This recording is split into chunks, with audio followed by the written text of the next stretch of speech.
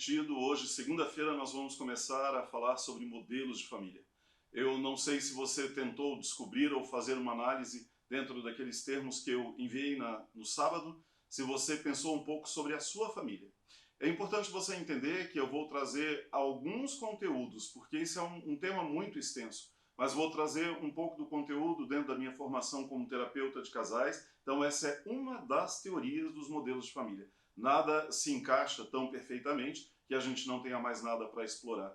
Mas ao longo dessa semana nós vamos falar sobre 5 modelos de família. E hoje nós vamos falar sobre as famílias protetoras. Primeiro quero pedir para você cuidar do teu coração, porque aquilo que a gente está trazendo, ele tem um conteúdo científico e a proposta é que ele não traga tristeza no teu coração, mas para que você possa avaliar o teu modelo de família e tomar medidas de mudança naquilo que você entender que é importante fazer ou não sobre a sua casa.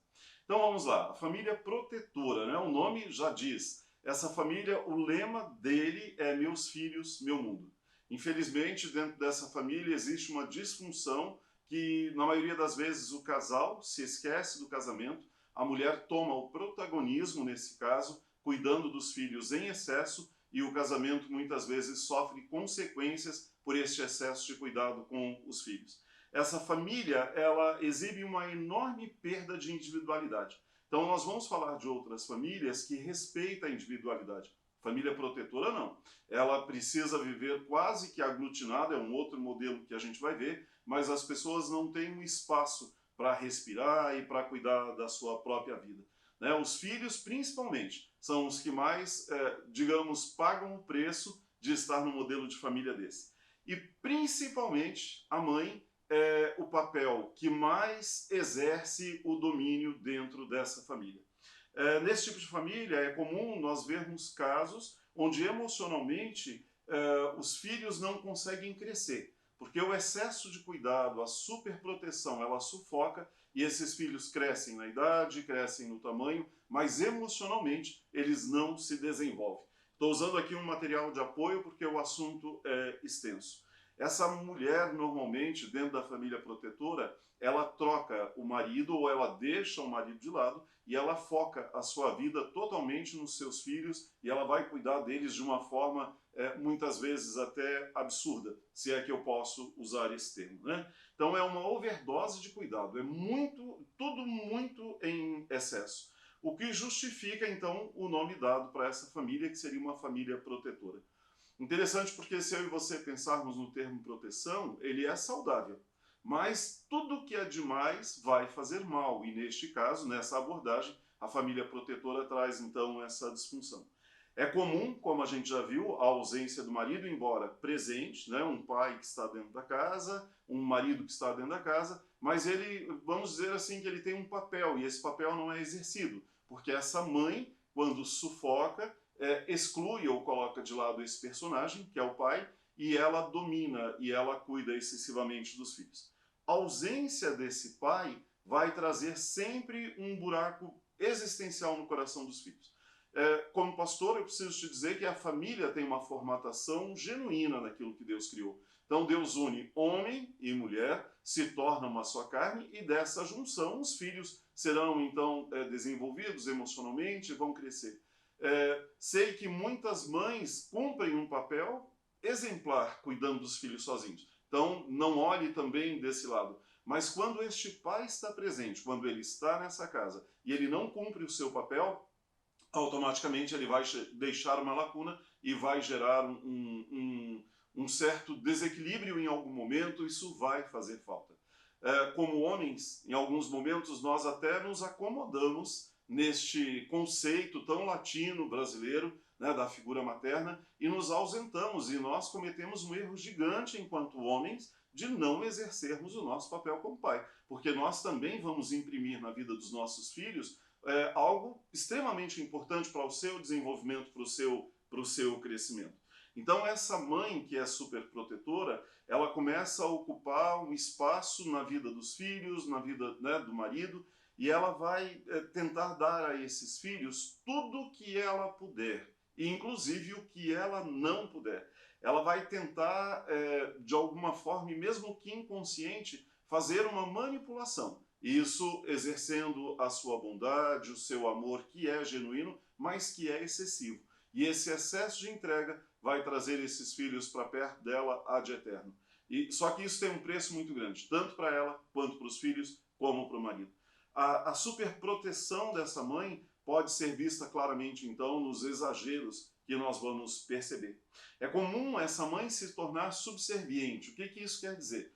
Essa mãe vai se tornar alguém que permite ser destratada pelos filhos, alguém que permite, uma mulher que se permite, muitas vezes, ser entristecida pelos filhos, e eu vou usar um termo um pouco pesado, porque muitas vezes ela faz isso na intenção de receber migalhas de afeto. Não quer dizer que o filho não a ame, mas a superproteção gera no outro a capacidade dele destratar mesmo como ama, quando ama. E essa mãe vai se permitir, então, viver nessa subserviência, fazendo o possível e o impossível para manter aqui a família, embora o pai está ali do ladinho, mas manter essa família unida, conectada o tempo todo. E de preferência sob, então, o domínio dela, né, sobre o controle dela. Essa superproteção é sustentada por uma ansiedade constante. Então a mãe sempre está pensando o que fazer, o que fazer. Um outro ponto aqui importante, em alguns momentos, alguns pais são que cumprem esse papel. Esse sentimento pode vir também em coração de homens, mas normalmente é mais destinado à mulher, essa posição ou esse papel. Então essa ansiedade, assim, o que eu posso fazer? É sempre pensando no outro. Deixa essa mulher, inclusive, de se amar e de se respeitar dentro dessa relação superprotetora. Na família superprotetora, no fundo, a principal motivação que essa mãe tem é de compensar os filhos e obter deles amor, aceitação, porque ela sente um vazio no coração dela. Então ela vai preencher esse vazio com a presença dos filhos, com o amor dos filhos, a sua carência será alimentada. Interessante porque se você for fazer um exercício com uma mulher num momento desse, ou com um homem, né, também, e pedir para ele fazer, vamos lá, pensar em alguns exercícios de terapia, de psicanálise, e tentar que ele lembre ou que ela se lembre da sua infância. Normalmente essa pessoa pode trazer no seu pensamento o filho. Por quê? E aí ela vai descobrir que ela está tentando fazer pelo filho aquilo que ela não teve na sua infância.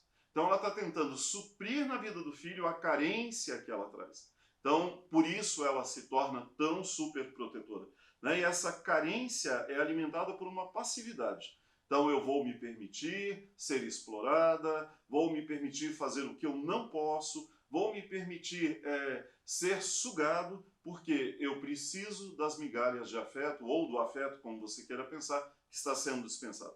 Vamos agora falar das características, então, dessa família superprotetora. Normalmente é um lar filiocêntrico. O que é isso?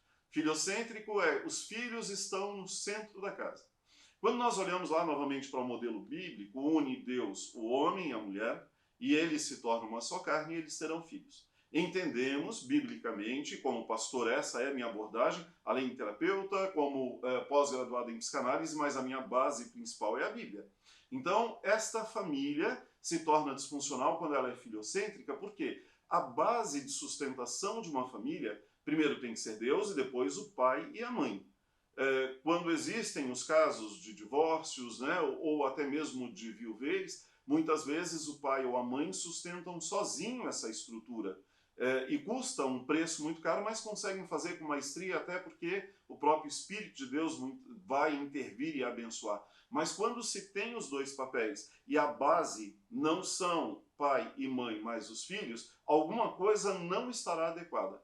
Vamos entender, né, e refletir que os filhos não têm uma maturidade ainda, estão em desenvolvimento para ser a base. Então, nesse caso, a família que os filhos são o centro, ou uma família que os filhos são a base central, o filiocêntrico aqui, que foi o termo que o material que eu estou usando nos traz, ela mostra o filho como centro das atenções. Então, de novo, mãe e pai estão nas margens da família e os filhos estão no centro dela. Um outro ponto, uma outra característica dessa família é a falta de limites. É claro, se os filhos são o centro das atenções, eles não receberão limites. Por quê? dar limite me leva a contrariar os filhos. E essa mãe não quer, ou esse pai, se você quiser pensar nisso também, não quer trazer essa contrariedade, né? Existe uma dificuldade enorme em estabelecer limites, contrariando a vontade dos filhos. Um outro ponto, uma outra característica é que a sociabilidade é imatura. Então, os filhos crescem naquela casa, mas eles não conseguem ter uma estrutura emocional para viver a sua vida lá fora. Normalmente estarão em conflitos, terão uma pouca aceitação em críticas, viverão conflitos imensos profissionalmente, sentirão sempre um pensamento de perseguição, né? São persecutórios, vem um pouco de vitimismo, porque ele não teve uma estrutura, um desenvolvimento da sua estrutura, da sua maturidade dentro da sua família. Porque a sociabilidade dele foi não esticada, não estabelecida. Sempre o que ele quis foi feito. Sempre que, por mais que se tenha, não, eu não faço, mas o filho ganha. Então, lá fora, o mundo não é assim. Um outro ponto dessa característica desse tipo de família é a dependência um do outro. E aí a gente traz o termo de codependência. Tem um termo muito comum hoje estudado, e a gente não vai falar sobre ele, que são os relacionamentos, dentro dos relacionamentos disfuncionais, em que não experimenta-se a individualidade e que mistura-se as emoções um do outro, e você não consegue olhar, por exemplo, um pai e uma mãe, olhar o que o filho está vivendo e entender se isso de fato é dessa forma. Você já toma como verdade, então eu vou em defesa do meu filho, não vou fazer leitura, não vou refletir, porque o meu filho sempre está certo. Então essa sociabilidade imatura que vem na sequência dessa dependência que se cria, eu preciso do outro, eu vou alienar o outro, eu não consigo viver sem. E isso também não é funcional dentro dessa família. O outro ponto, a outra característica é a perda de autoridade. Quem perde a autoridade? Os pais. Autoridade não é algo ruim, autoridade é algo bom. Limite é algo necessário. A perda de autoridade que os pais têm aqui, dentro dessa função, ou dentro dessa característica, é algo muito comum, porque os filhos são centrais dentro dessa casa. Então, eles serão como reis e eles dominarão. E eles vão dizer o que é para ser feito, então os pais acabam perdendo a sua autoridade. A disciplina é disfuncional, ou a gente poderia dizer que não tem, né? O material que eu estou usando lá, o que eu tenho dentro da minha formação como terapeuta, ele fala que a disciplina é como um liga-desliga. Ao mesmo tempo em que querem disciplina, desligam. Ou seja, os pais ou a mãe, aqui nesse caso, ela quer que o filho seja disciplinado. Ela quer que o filho seja um exemplo, mas quando ela vê o filho contrariado, ela desliga o botão da disciplina e deixa o filho exercer aquilo que ele quer, viver aquilo que ele quer, fazer aquilo que ele quer. Uma outra característica é a superproteção em detrimento à moral. O que isso quer dizer? Então, os membros da família apoiam e superprotegem um ao outro. Entra um pouco no que eu trouxe há 2 tópicos atrás. Quando eu superprotejo e eu apoio, eu não faço leitura racional para entender, opa, meu filho está errado, eu preciso orientar a ele. Meu filho está errado, eu preciso ajudar a ele a olhar a vida de uma outra perspectiva. Eu fecho com ele naquele ponto, não faço um olhar racional, e muitas vezes isso traz consequências drásticas, porque até na questão moral, na questão ética, na questão de valores, ela pode estar sendo construída de uma forma disfuncional. Isso vai trazer problema lá na frente, né? Então é preferível aceitar algo do que discordar. Um exemplo a gente pode trazer, meu filho chegou em casa bravo, uma criança, porque brigou com um amiguinho. Sempre o problema será do amigo. O meu filho nunca erra. A mãe superprotetora, a família superprotetora vai sempre olhar dessa forma. Eu não vou sentar para conversar. E aqui, quando conversar, colocar um filtro real. Porque entendendo que esse filho aprendeu a te manipular. Então eu preciso fazer um olhar crítico, né? Prestar atenção nos pontos para não errar. A última característica é a inversão de valores. Então a situação pode se agravar ainda mais quando os pais passam a defender os filhos e oferecer apoio mesmo naquilo que eles estão errados.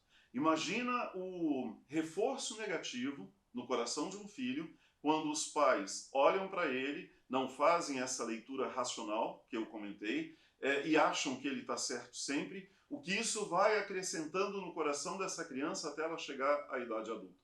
E lembrando que lá na frente, na idade adulta, quando nós estamos no nosso trabalho, na faculdade, na vida, no arroz com feijão, o mundo não nos protege assim. Então esse filho viverá conflitos gigantes, porque ele foi ensinado, doutrinado a ser super protegido. Criou-se uma redoma e quando chega no mundo essa redoma vai ser quebrada, não tem como fugir dela. Então ele viverá esse conflito. Vamos falar de projeção de futuro, né? Como que essa família vai existir lá na frente. Então, filhos adultos provenientes de uma família protetora, eles desejam ter um outro lar que os pais. Eles não querem estar junto com os pais. Por quê? Eu quero a minha independência. Mas essa independência, ela é fictícia. Ela não é completa. Por quê? Esse filho pode até sair de dentro de casa, mas ele ainda vai depender financeiramente, emocionalmente dos pais, mesmo que casados.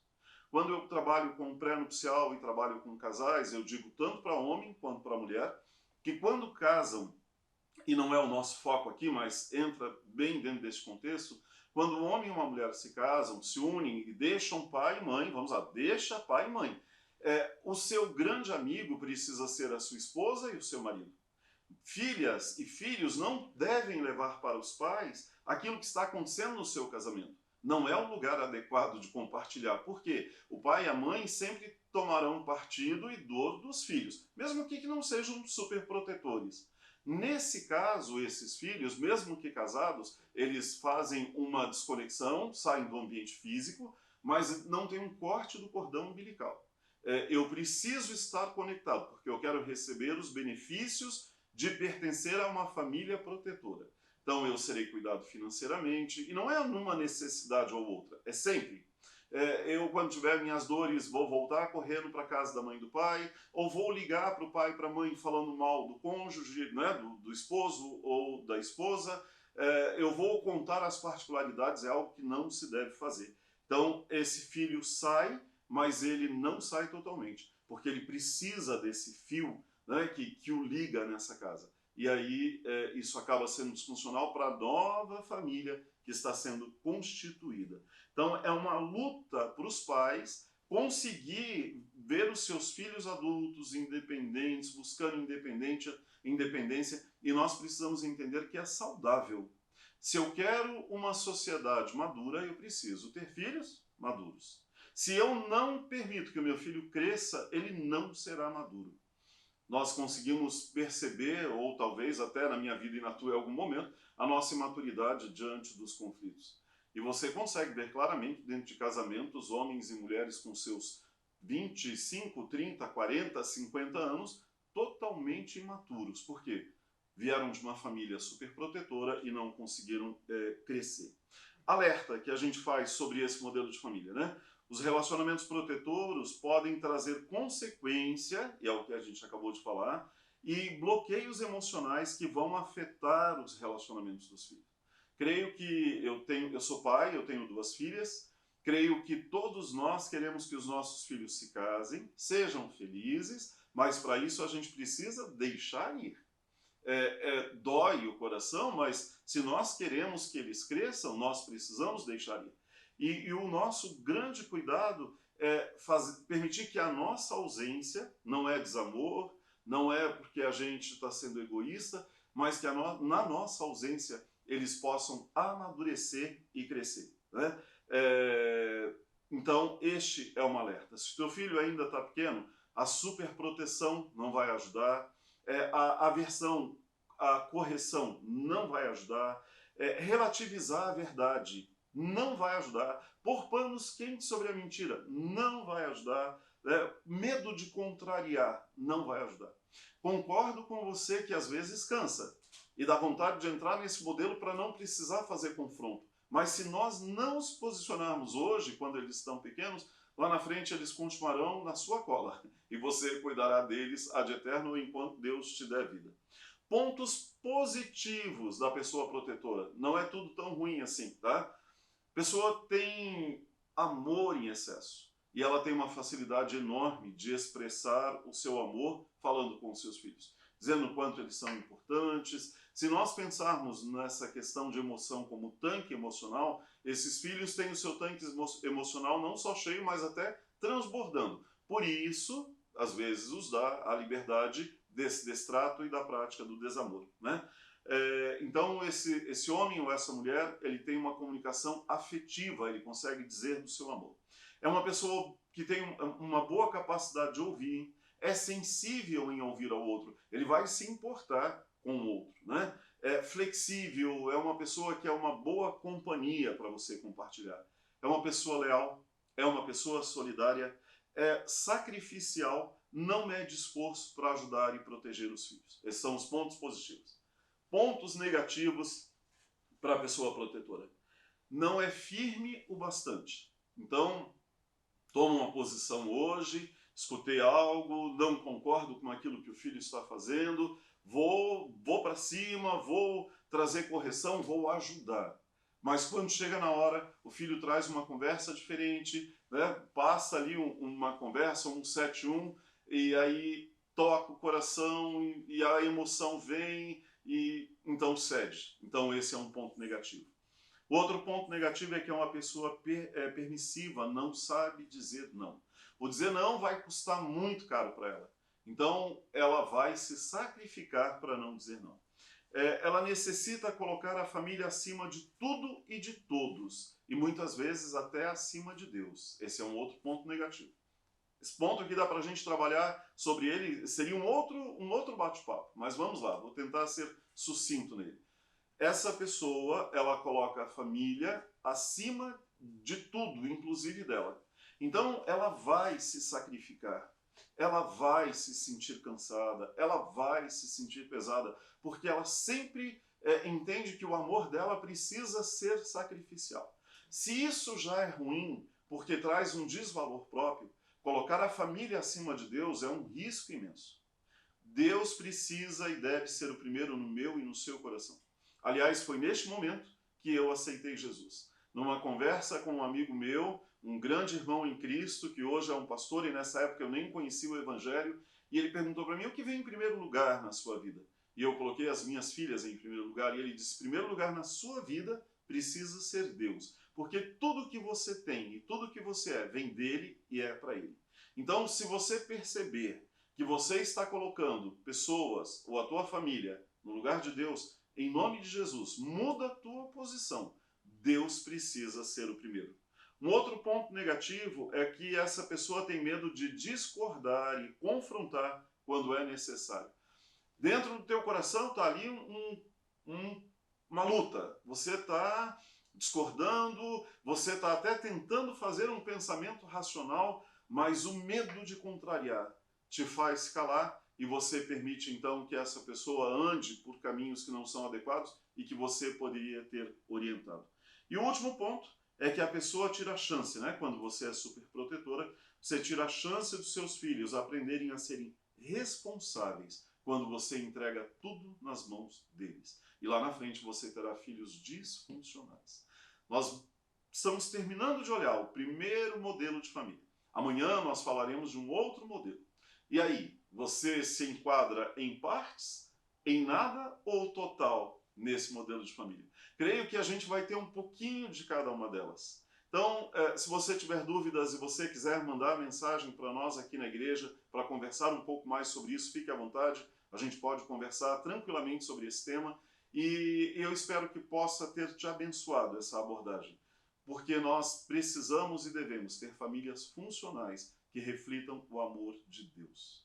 Agora, no mês de maio, daqui a uma semana, nós começaremos a orar por família diariamente. Então, isso que nós estamos fazendo agora é uma prévia do que Deus nos levará no mês de maio. E eu espero você para a gente continuar nessa semana e continuarmos na semana que vem nos tópicos em que nós oraremos por família. Ok? Gostou? Se você gostou aí, compartilha esse material, né? Mande para amigos que você acha que vão se interessar pelo tema e amanhã nós voltaremos a falar sobre isso. Eu sou o pastor Juvenil, estou na Igreja Batista do Jardim Pinheiros e oro ao Senhor para que Ele te abençoe nesse dia, você e a tua casa. Ontem no culto da noite nós aprendemos que daquilo que nós ouvimos nós devemos colocar em prática. Pegue pelo menos um ponto do que Deus falou no teu coração e coloque em prática com mudança na tua vida. Deus te abençoe e até amanhã.